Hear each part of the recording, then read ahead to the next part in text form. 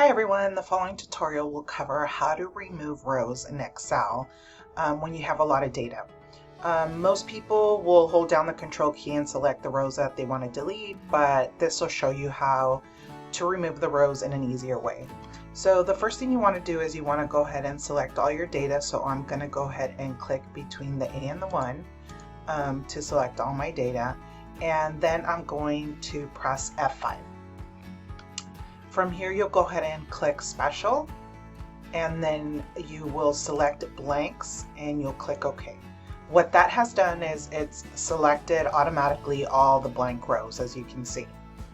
So once you've done that, you want to hold down the Control key and you want to press minus. So Control minus, and then you want to select entire row and then click OK. And that deletes all your rows. So a pretty simple way to delete rows instead of holding down the control and selecting your rows. I hope this has been helpful. Thank you. Bye.